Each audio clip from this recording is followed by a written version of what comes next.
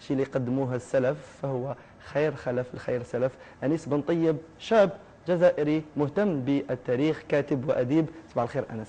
صباح النور محسن، تحية صباحية شبابية لك ولكل عمال التلفزيون الجزائري وكل مشاهدين برنامج صباح الخير يا جزائر. راح نحكوا عليك أنيس بن طيب كعينة من شباب الجزائر، جيت وعشت في جيل الاستقلال، لكن تعرف الشيء اللي قدموه جيل الثورة التحريرية. نعم، إذا اهتمامي بالتاريخ ولا اهتمامي بالبحث في تاريخ الجزائر هو مكسب خاص، وهو اعتزاز وافتخار بأني جزائري. أن تبحث في تاريخ الجزائر يجعلك دائما تقف في وقفات تدبر وتمعن فيما قدمت من أرواح، أزيد من 1.5 مليون شهيد، معوقين، رجال، نساء، أطفال، كلهم. إذا بالنسبة لي ثورة الجزائر أو ثورة 54 هي عبارة عن سلسلة من محطات كاملة وشاملة شارك فيها الجزائريون بمختلف ربما أعمارهم، بمختلف مستوياتهم، سواء مثقفين أو غير مثقفين، حتى الطلبة، التجار. إذا ربما ثورة أول نوفمبر جعلت من الجزائر أن تكون في مصاف الدول الكبرى، حيث اليوم حينما تقول عنوان للتضحية، عنوان للوفاء، عنوان للتحرر، تقول عنوانه للجزائر. الجزائر اليوم أصبحت هوية للدول المستعمرة حاليا، سواء في فلسطين سواء في مختلف الدول المستعمرة. إذا نقول أنه لنا الحظ ولنا الشرف أننا جزائريين، لنا الحظ أننا اليوم نقف وإياكم ونستذكر محطات كبيرة في تاريخ الجزائر. صحيح، بعد ما حكينا على تاريخ الجزائر نحكوا على الحاضر ونحكوا على المستقبل وأهمية ترسيخ قيم نوفمبر في الجيل الناشئ. تقول كنزة بودلعة في هذا التقرير، ونرجع لكم، ابقوا معنا.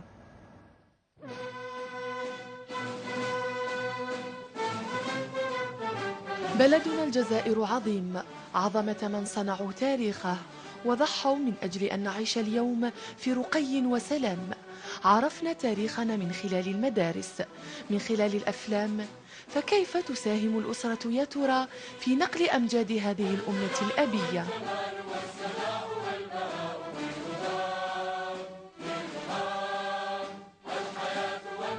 لازم نعرفوا شنو عندها الجزائر. الجزائر بلاد كبيرة بزاف، فيها بتاريخها، عندنا ثوار، عندنا علماء، عندنا سياسيين، عندنا ثورة. جو بونس باللي لو موند اونتي راهو يقرا عليها. كنا عندي لو غران بار تاعي كي ا بارتيسيبي دونك à chaque fois bien sûr il me raconte اسمها الحفايس اللي عاشوهم هما à l'époque etc. Qu'ils racontent tout le temps à leurs enfants de l'histoire de l'Algérie.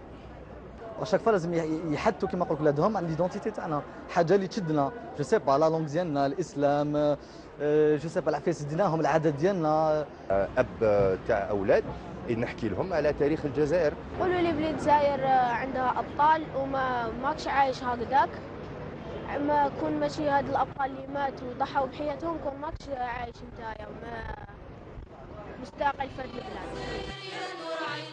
حب الوطن من الإيمان، فما بالك إذا كان الوطن هو الجزائر الحبيبة.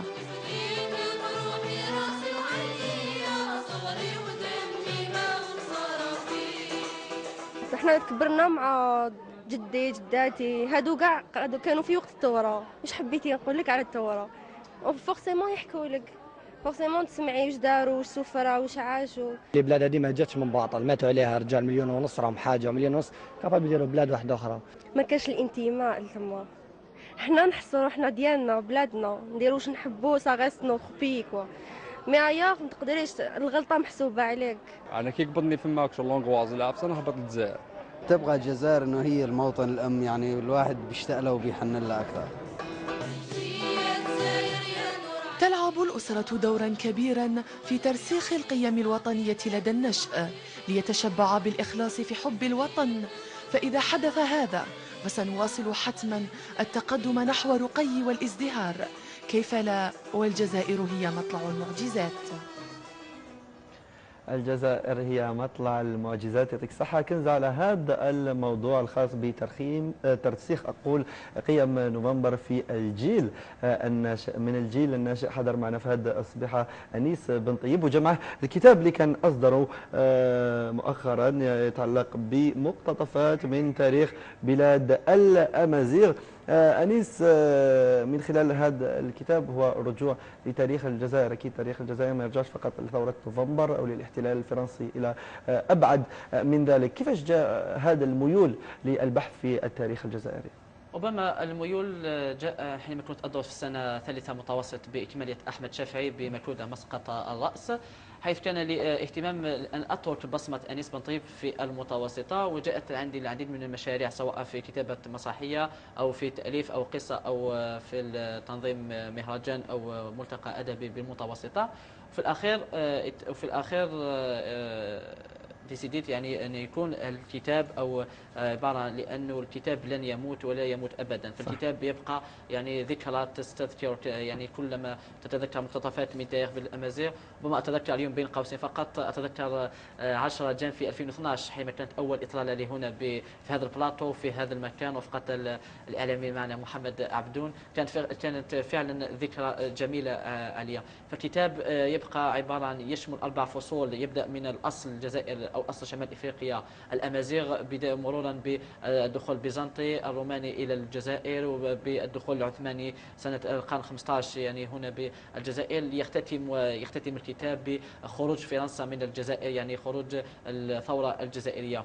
فهذا الكتاب عبارة عن ملخص شامل أو ملخص بسيط بأسلوب بسيط يكون يسير على الطالب سواء في الابتدائية أو في الإكمالية أن يأخذ ولو القليل من التاريخ، لأنه تاريخ الجزائر كبير يا محسن. لا يمكن تكتبه في 200 صفحة ولا في 1000 صفحة ولا في مليون صفحة. فعلى ما أظن أنه في كل متر مربع من الجزائر لنا قصة ولنا حكاية في تاريخ الجزائر. صحيح، هو كانت بداية حكاية أنيس بن طيب مع الكتاب، خاصة مع التاريخ. أنت عندك مؤلفات أخرى في مجالات أخرى، وأنت اللي درست في ثانوية لاله فاطمة نسومر، يعني ثانوية تحمل اسم يعني عذراء الجبل، بطلة من بطلات الجزائر. نعم، ثانوية فاطمة نسومر تحمل اسم فاطمة نسومر، وتعتبر من أقدم الثانويات في منطقة تيزي وزو، في ولاية تيزي وزو. إذا هذا، وصديقني أنه هذه بين قوسين فقط، أنه حينما يعني أخذت شهادة تعليم متوسط أنا ربما سأدرس في إكمالية مكودة، في ثانوية مكودة عفوا، ولكن حبي لهذا الاسم وحبي لهذا الولاية لهذه المؤسسة يعني دات يعني الترانسفير فقط كي أترك بصمتي في ثانوية. والحمد لله أن هذه الثانوية حينما تدخلها ربما واسمه الهيكل أو التصميم يجعلك تستشعر تلك المأساة التي كان يعيشها الطلبة الجزائريين إبان الثورة، تلك المعاناة وتلك الشقاوة. ولكن الحمد لله أن جيل الثورة قدم يا محسن الكثير، وبفضلهم اليوم نحن الآن هنا متواجدين في سلم وفي سلام وفي أمن وفي أمان وفي عز وفي كرامة وفي شرف، والحمد لله يا رب. الحمد لله، هما داروا اللي عليهم. الجيل تاع البارح، جيل السلف، ضحوا بالنفس والنفيس باش يرفعوا الاعلام. اليوم الدور تاعنا احنا كجيل اليوم انه نخليو هذا الاعلام مرفوع. واش هي رسالتك لخوتك الشباب اللي راهم يشوفوا فينا اليوم؟ واش هو الدور تاع الشاب الجزائري اليوم؟ ربما انت تسالني على دوري، ولكن يعني حتى انتم الاعلاميين عندكم دور كبير في التسليط حول اسهامات الثوره الجزائريه. انت تسالني حول الشاب الجزائري، اقول انه الحمد لله بان الشاب الجزائري متشبع بروح الوطنيه، وفقط ربما تعيشون في مباريات المنتخب الوطني ذلك التفاعل الكبير مع قسما، وتلك التفاعل الكبير مع الجزائر ومع الرايه الجزائريه. اقول بان الشاب الجزائري اليوم فقط ما عليه الا العلم، لان العلم هو عفوا نقول الركيزه الاساسيه للنهوض بالجزائر. لابد فقط ان ننسى تضحيه الجسام لشهداء نوفمبر، لابد ان نستذكرهم في كل الايام وليس فقط في اول نوفمبر، لان اول نوفمبر هو يوم اين اطلقت الرصاصه الاولى. ف 365 يوم على مدار سنه يا محسن تحمل الكثير من الحكايات والكثير من تضحيات اجدادنا، ولما نكون ان شاء الله نكون خير خلف لخير سلف. انا اشكرك بزاف على حضورك معنا في مسك ختام الفتره الصباحيه اللي رافقني فيها زميل والصديق محمد عبدون. محمد، يعني الواحد يرفع الراس لما يشوفوا كيما انيس كاين كثار في مختلف ربوع بلادنا الحبيبه يعرفوا قيمه هذا الوطن. حسين منذ الصباح وحتى الآن، وربما هذه رسالة أبناء الوطن يعني، وهذا هو المبتغى وهذه هي الغاية يعني من خلال هكذا فضاءات، ومن خلال أيضا رسالة الإعلام وزملائنا في رسالة الإعلام والاتصال. وجب الحفاظ على الذاكرة التاريخية، سواء بالكتابة سواء بالأعمال المصورة وغيرها طبعا من الأشكال وغيرها من الجوانب. أنيس واحد من أبناء الجزائر، يمثل هؤلاء يعني الشباب الذين بحثوا في تاريخهم ويمدون بجسر محبتهم وودهم واعتزازهم وفخرهم بتاريخهم. قدم هذا الكتاب، وأكيد إن شاء الله سيقدم كتب ان شاء الله، ويكون ضيفك في شاهد وشواهد. محمد يعطيك الصحه، خليك في الختام تقول واش حبيت الكامل المشاهدين اللي تابعونا في هذه الصبيحه. اولا شكرا لك محسن على استضافتك يعني لهذا البرنامج الصباحي المباشر بمناسبه الذكرى 61 للثوره التحريريه المباركه المجيده. اشكر كل ضيوفي، اشكر المشاهدين الافاضل والاكارم، واختم بان التضحيات كانت جسام والكفاح كان طويلا مريرا، ولكن بزغت شمس الحرية في فجر الفاتح من نوفمبر 54. فصونوا الوديعة يا أبناء وطني، كل عام وأنتم طيبين. وأنت طيب وبخير. محمد يعطيك الصحة أنيس كنت معنا اليوم. شكرا لك محسن. وأسبقت في رسالة محمد عبدون حيث قال بأن الجزائر اليوم هي أمان علينا، ولابد أن نعمل بجد وكد من أجل أن نواصل في درب الشهداء. ولن أضيف أكثر الشيء اللي قاله محمد وقلت أنت أنيس، فقط أنا نشكر كثيرا الفرقة التقنية اللي خدمتكم في هذا الصبيحة، رئيس الإرسال الهاشمي الفقير وكل التقنيين تاعنا واحد باسم واحد يكملوا هذا الخدمة في هذا اليوم المميز عبر شبكة قنوات التلفزيون الجزائري. هذا المساء ابتداء من 1:30 زوالا مع الزميلة منى العواد. شكرا لكل زملائنا من المحطات الجهوية، حياة من ورقلة، هشام من بشار، أمينة من وهران، وكريم من قسنطينة. شكرا لأسماء الناس كانت معنا من صالون الدولي للكتاب، ومحمد حجيج كان معنا من بجاية وين ما زالوا يتواصل المهرجان الدولي للمسرح. شكرا لكل الضيوف اللي جاوا حضروا معنا في هذا البرنامج اللي هو عيد من أعياد الجزائر. تحية لفريق العمل، رئيس الركن محمد عبدون كان في إعداد هذا البرنامج معايا ومع الأستاذ أحمد تامة. تحية ليوسف حميد، المهدي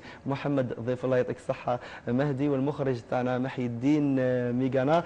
في الأخير شفنا وختمنا بجيل اليوم، حكينا على الجزائر اليوم اللي بالأمس عقدنا أن تحيا، فلتحيا الجزائر، فلتحيا الجزائر، فلتحيا الجزائر. وكما بديناها بنشيد هذا اليوم ثورة الأحرار بصوت الفنانة الراحلة صالحة، حتى في مجال النغم والأغنية الوطنية هناك تواصل الأجيال. احنا ختموها بنفس النغم لكن بصوت الفنانة حورية حجاج. تهلاو في روحكم، تهلاو في البلاد، بقاو على خير.